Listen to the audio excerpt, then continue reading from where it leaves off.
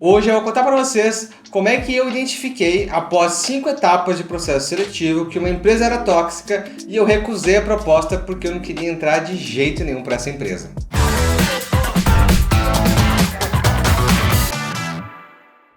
Pera aí, tu ainda não é inscrito no meu canal? Tu só assiste e não acompanha, não tem aqui o sininho ativado? Se inscreve agora então, para você não perder conteúdos como esse e compartilha com algum amigo que pode achar interessante o conteúdos relacionados à tecnologia, vendas, software e trabalho remoto. Vamos lá então, eu vou contar para vocês como é que foi a minha experiência fazendo aí várias etapas de uma empresa. Era uma empresa americana que tem um software na área financeira, não posso dar muitos detalhes para não dizer qual é a empresa exatamente, mas foram 5 etapas de processo seletivo após a minha aplicação. E nessas 5 etapas eu notei várias coisas estranhas durante os processos seletivos que foram aí levantando bandeiras para mim, até que eu já estava ali na 4ª etapa, eu já tinha certeza que eu não queria mais aquela empresa, mas eu continuei, fui até o final para ver realmente qual que seria a proposta, como é que seria até o final, e até para eu ter algum tipo de aprendizagem sobre esse processo seletivo, para eu saber como é que eu fui, para eu ter algum tipo de feedback, e isso acaba sempre, pelo menos para mim, agregando muito no meu crescimento, na minha evolução profissional. A primeira entrevista foi com um COO, ele era basicamente responsável pela parte de operações da empresa. Ele foi a primeira pessoa que me fez o contato após eu fazer a aplicação. Eu fiz a aplicação através de um site chamado angel.co. Eu vou deixar aqui embaixo para vocês na descrição esse site que eu fiz a aplicação. Esse site é bem interessante, eu até já comentei aqui em alguns outros vídeos. É um site que permite você saber, por exemplo, qual que é o salário, onde você aplicar. Enfim, acaba tendo bastante transparência. Tem várias vagas de trabalho remoto nesse site se você está buscando vagas internacionais. Então eu fiz uma aplicação, eu tive essa entrevista com o COO, eu achei ele um cara um pouco seco, aí, um pouco direto, um pouco grosseiro até em alguns momentos, mas como ele era alemão, eu pensei, bem, talvez seja uma questão cultural, já conheci vários alemães que eram mais ou menos assim.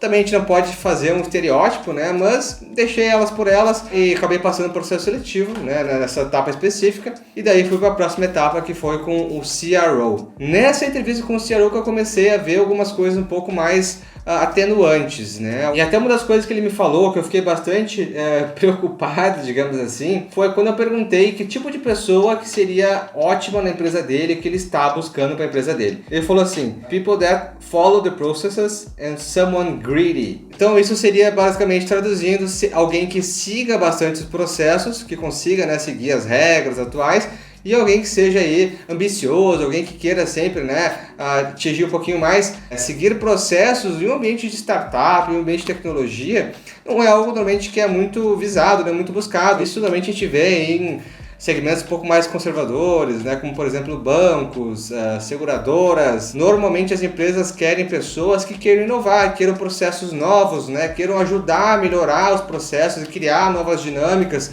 Então, para uma empresa de tecnologia, isso acaba sendo um pouco não convencional de se dizer. E alguém greedy, isso é algo importante, a ambição é algo muito importante para um vendedor, mas greedy para mim tem um pouco uma questão pejorativa, no sentido de ser alguém muito faminto, alguém que é um pouco ambicioso no lado negativo, né? Que realmente faz tudo para conseguir atingir objetivos, e não é bem algo que eu me identifico. Outra coisa que ele fez foi me perguntar se eu estou acostumado a fazer muitas ligações por dia. E eu até falei, né, que normalmente no trabalho de account manager a gente tem várias reuniões ao longo do dia, reuniões com os clientes que a gente marca, normalmente por videoconferências, mas em termos de ligações, né, por dia, isso normalmente acaba sendo ali na qualificação como SDR ou BDR, onde tu faz um número grande de tentativas de contato para várias pessoas diferentes, né?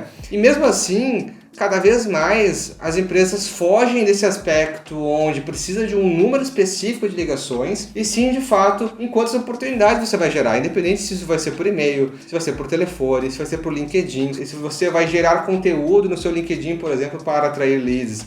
Isso é uma coisa que cada vez mais eu vejo como tendência hoje no mercado, em vez de ser todo dia você vai ter que fazer 50 ligações. Não interessa se é a ligação pro Zé da padaria, você vai ter que fazer. Então isso é algo um pouquinho mais, de novo, conservador, um pouquinho mais antigo, algo que empresas aí 10, 20, 30 anos atrás já faziam. Isso cada vez é menos comum hoje no mercado. Então quando ele falou isso, eu pensei, eu vou chegar lá nessa empresa e o cara vai me fazer eu ligar o dia inteiro para um monte de gente aleatória, que a gente sabe que isso não dá tanto resultado, as pessoas nem atendem mais telefone, ainda mais depois da pandemia, onde as pessoas estão sempre em casa, então acaba sendo bastante complicado isso. Mas enfim, depois dessa conversa eu passei, ele me falou por e-mail, né, que eu passaria para uma próxima etapa, e a próxima etapa seria uma demonstração com o CEO da empresa. Para essa etapa havia então um treinamento com o próprio CRO, a própria pessoa que já tinha falado comigo antes. Foi mais 30 minutos só com essa mesma pessoa, dele me falando o que é a plataforma, ele fez uma demonstração da plataforma,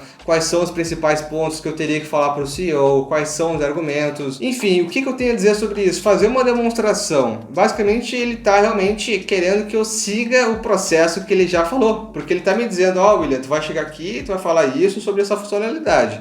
Vai chegar aqui, vai falar esse benefício, vai ressaltar esse valor para o cliente. Então ele está tentando ver a minha capacidade em replicar e executar exatamente o que ele está fazendo. O que, vou ser bem sincero, não combina tanto comigo. Eu gosto mais de estabelecer meu próprio método, ir buscando melhorias, ir pedindo feedbacks, ir construindo novas dinâmicas, novas ações, né? Eu gosto sempre de ir trazendo novas melhorias para o meu próprio trabalho, preferencialmente que não seja algo imposto por ninguém, mas que eu acho importante eu cada vez mais me desenvolver e cada vez mais buscar melhorias. Então eu acabo fazendo isso. Então assim, eu fiz isso, né? Tive essa reunião aí com o CRO, ele me explicou todo o processo, e depois eu tive a reunião com o CEO. A reunião do CEO foi dividida em duas partes. A primeira parte onde eu fiz essa demonstração exatamente como o CRO definiu.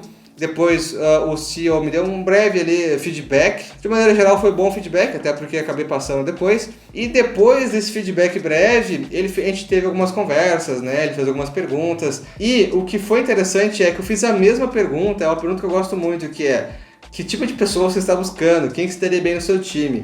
E ele respondeu basicamente a mesma coisa, sobre seguir processos, alguém que seja greedy, alguém que seja ambicioso. Então assim, isso é realmente parte da cultura deles, que era disseminada, e realmente estavam buscando alguém dessa maneira, que seguisse os processos, que fosse greedy, né? E para mim isso foi mais uma confirmação que talvez não fosse a cultura de empresa que exatamente eu estava buscando. A frase específica que o CEO falou foi "follow general lines", então seguir regras gerais aí da empresa, o que não é necessariamente um ponto ruim, mas quando tu está numa entrevista e eu pergunto qual é a principal coisa que alguém tem que ter, e a pessoa fala seguir regras gerais, se esse é o principal valor da empresa, para mim é uma coisa que não faz muito sentido. De novo, ele também me perguntou quantas demos, quantas reuniões eu faço por dia. Então assim, o microgerenciamento, no meu entendimento, é algo que acontecia muito nessa empresa. Essa necessidade de quantificar quantas atividades você está fazendo é algo que para mim não é tão interessante. Eu prefiro sempre ser quantificado pelo meu resultado, pelo quanto que eu vou fechar de negócios. Me define uma meta e eu vou estabelecer a minha estratégia para chegar nessa meta. Seja fazer um monte de ligação, seja mandar um monte de e-mail, mandar um LinkedIn,